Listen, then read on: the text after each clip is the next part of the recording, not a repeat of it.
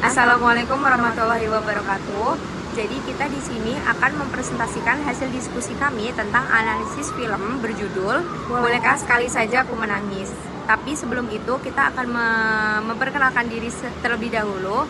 Nama saya Dwi Rahma Syarifah dengan NIM F1C024173.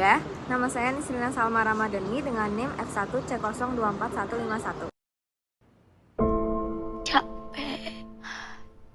Capek pura-pura bahagia, capek pura-pura kalau keluarga ini baik-baik aja.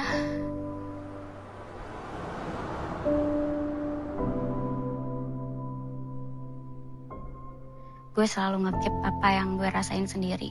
Gak akan ada yang tahu kecuali diri gue sendiri. Dan akhirnya ada satu kejadian di hidup gue terbentur dan terbentuk. Yang bilang ayah sama ibu ada masalah tuh siapa? Jawab, apa masalah ayah sama ibu? Tari, apa masalahnya ayah sama ibu? Jawab kalau ayah tanya. Kamu gak usah ikut campur. Tari, udah jangan nangis ya. Ku terbangun lagi. Gue tuh cuma seorang anak yang gak bisa memenuhi ekspektasi orang. Ekspektasi siapa? Ya papa lah, siapa lagi? Are you okay? Gimana ya rasanya kayak lo gak punya rumah, tahu kemana harus pulang. Banyak orang yang gak bisa ngerasain itu. Contohnya gue. Harusnya kalian berdua bersyukur. Apa yang kalian gak punya? Punya trauma, punya masalah ngutarain apa yang Tari rasain. Itu yang Tari punya ya.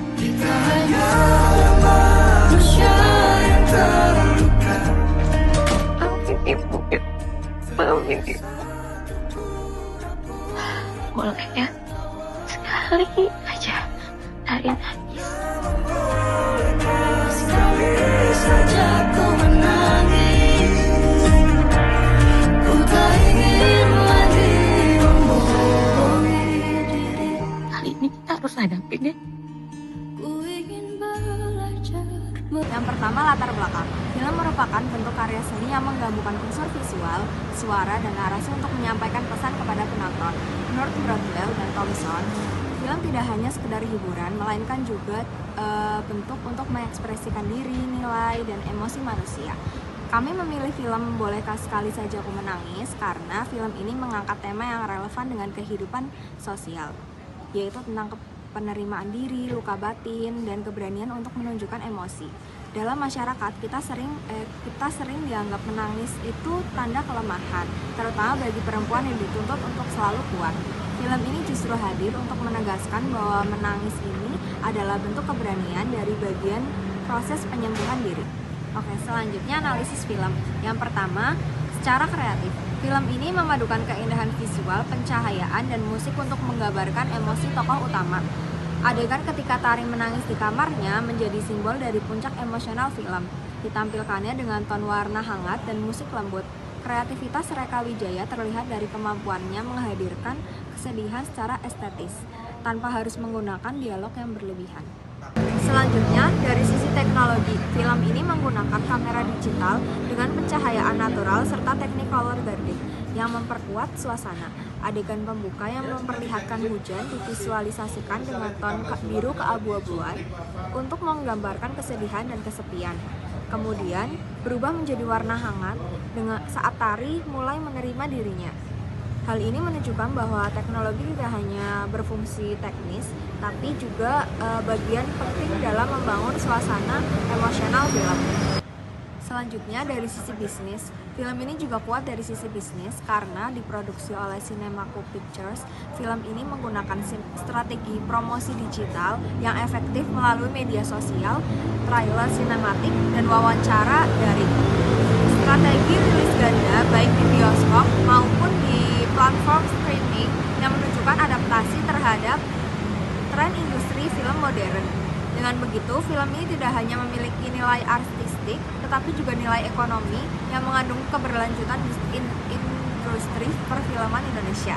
Oke, analisis yang selanjutnya itu adalah analisis film style.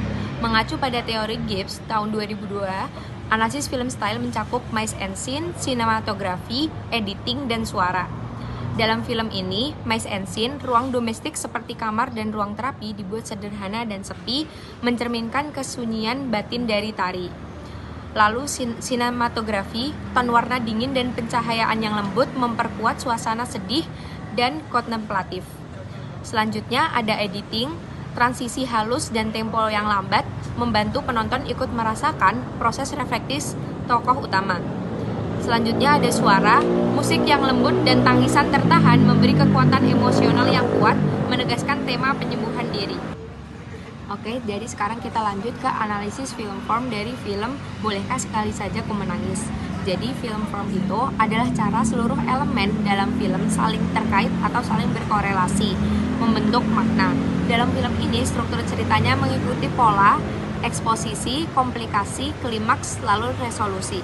Motif hujan, musik lembut, dan air mata muncul berulang kali. Ini merupakan film form dari film ini. Selain itu, perbedaan tempo antara adegan emosional dan adegan reflektif yang muncul sesekali menambah kesan ambiguitas dalam kedalaman karakter Tari, menggambarkan bahwa memori manusia seringkali tidak linear, tetapi penuh luka dan pencarian makna. Oke, selanjutnya adalah kesimpulan dari analisis film Bolehkah Sekali Saja Ku Menangis. Secara keseluruhan, film Bolehkah Sekali Saja Ku Menangis berhasil memadukan aspek kreatif, teknologi, dan bisnis dengan harmonis. Film ini bukan hanya kisah personal, tetapi tentang perempuan yang berjuang menghadapi emosinya. Film ini juga bercerita tentang refleksi sosial tentang pentingnya ruang bagi ekspresi untuk mengekspresikan perasaan, terutama dalam budaya yang sering menekankan kesedihan. Film ini juga mengajak penonton untuk berani menghadapi rasa sakit dan mengekspresikan perasaannya, untuk menerima bahwa menangis bukanlah kelemahan, tetapi bentuk kekuatan manusia yang paling jujur.